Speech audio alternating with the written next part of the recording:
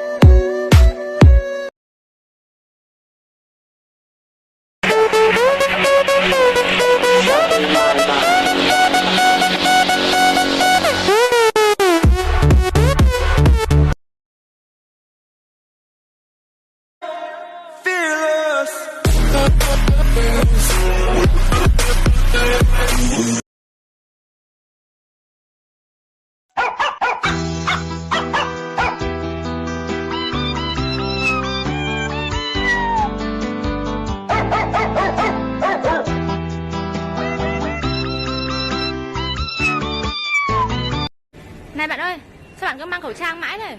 Hiện tại đang có dịch nên là bọn mình xin phép đeo khẩu trang để phục vụ ạ. Làm gì có, xấu trai ấy gì, cởi em nào.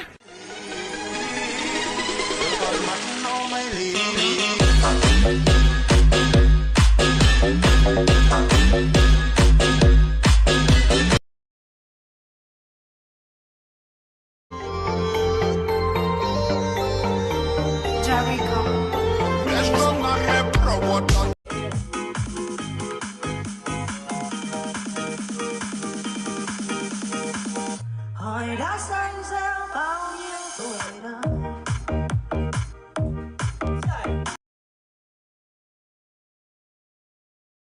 Cô yêu khá cô lu mê trên go, thọ có chưa có lu mê trên tròn, giờ yun đây bây giờ xong thằng mù, cô yêu có thu có những nhớ cô.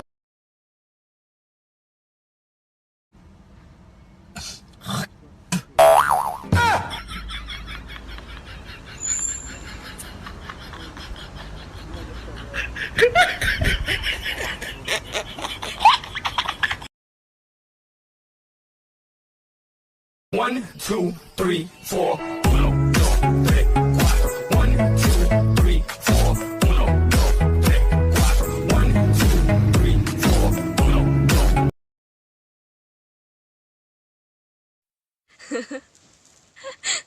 Nhớ đúng không? Ok được không à? Giờ hai tia, cái này tôi thảo nè mà. Ôi tôi đã có trẻ à? Tôi thảo có xin hờ. Tôi sai điều, nhớ thì nhận sai, tôi thảo có nó. Cả hồ.